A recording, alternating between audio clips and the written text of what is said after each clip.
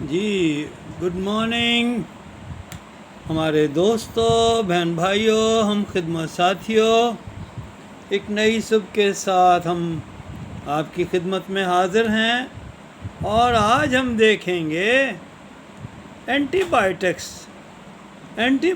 دوائیاں۔ خدا نے ہمارے بدن کو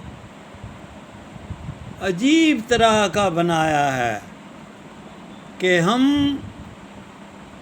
اس کی حفاظت کرنے میں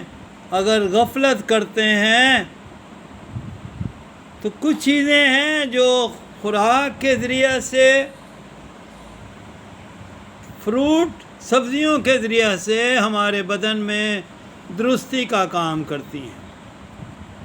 جہاں کوئی خرابی ہو جاتی ہے وہاں درست ہو جاتی ہیں چیزیں، لیکن کبھی کوئی مسئلہ تھوڑا بڑھ جاتا ہے تو پھر ہم عام دوائی استعمال کرتے ہیں، اور جب اس کے اثرات ہمیں نظر نہیں آتے تو پھر ہمیں ڈاکٹر کے پاس جانا پڑتا ہے، اور ڈاکٹرز ٹیسٹ لکھتے ہیں، اور ٹیسٹ لکھنے کے بعد، ٹیسٹ کرانے کے بعد اس کی رپورٹ دیکھ کر پھر وہ اینٹی بائیوٹک شروع کرتے ہیں،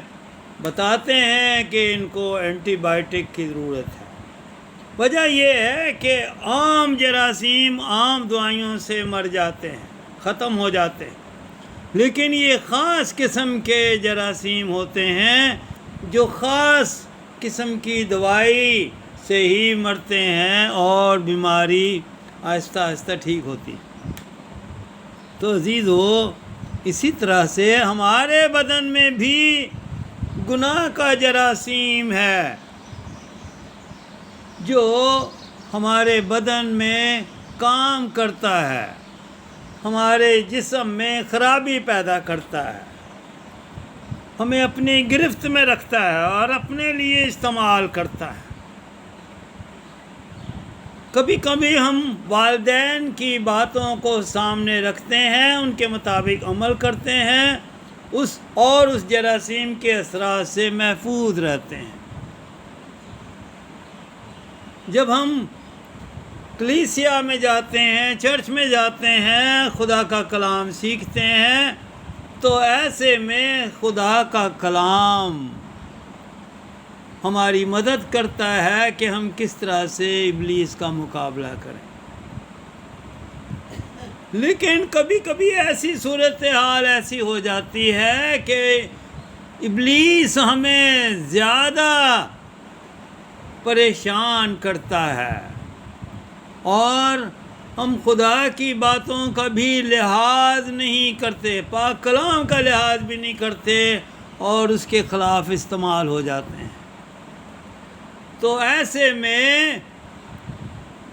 ہمیں ایسی قوت کی ضرورت ہوتی ہے جو ہمارے بدن میں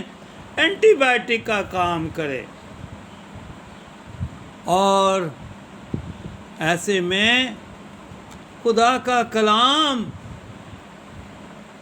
ایک ہی آیت بڑی سنجیدگی سے ہمیں اس کو دیکھنا پڑتا ہے اور اس پر غور کرنا پڑتا ہے۔ جیسے آج کی آیت پولس رسول کا خط افسیوں 6 باب اور اس کی پہلی آیت میں لکھا ہے، اے فرزندو، خداوند میں اپنے ماں باپ کے فرمان بردار رہو، کیونکہ یہ واجب ہے۔ تو یہ آیت اس وقت بچے کے سامنے رکھی جاتی ہے جب وہ بار بار اپنے والدین کی نافرمانی کرتا ہے،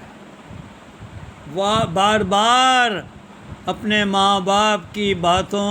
پر غور نہیں کرتا، ان کے خلاف کام کرتا ہے۔ یہ آیت اس کو سکھائی جاتی ہے، اور پھر جب وہ اس پر غور کرتا ہے کہ خدا کی مرضی کیا ہے، والدین اس کے لیے کیا کرتے ہیں، خدا نے اس کے لیے کیا کچھ کیا ہے۔ ہم بچہ والدین کی مرضی کو پورا نہیں کرتا، خدا کی مرضی کو پورا نہیں کرتا، تو پھر وہ ضرور ہے کہ وہ ابلیس کے قبضہ میں ہے۔ ایسے میں خدا چاہتا ہے، اس نے پاک کلام دیا ہے کہ بچے اپنے ماں باپ کے فرمانبردار ہوں، کیونکہ یہ واجب ہے۔ جو والدین کے فرمانبردار ہوں گے وہی خدا کے بھی فرمانبردار ہوں گے۔ تو پھر ایسے میں یہ ایک ہی آیت، خاص آیت، اس کی ضرورت کے مطابق جو ہے وہ اینٹی بائیوٹک کا کام کرتی ہے، اور اس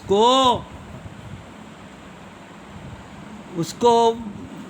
تسلی دیتی ہے، اس کو مائل کرتی ہے کہ وہ ماں باپ کا فرمانبردار ہو۔ تو عزیزو،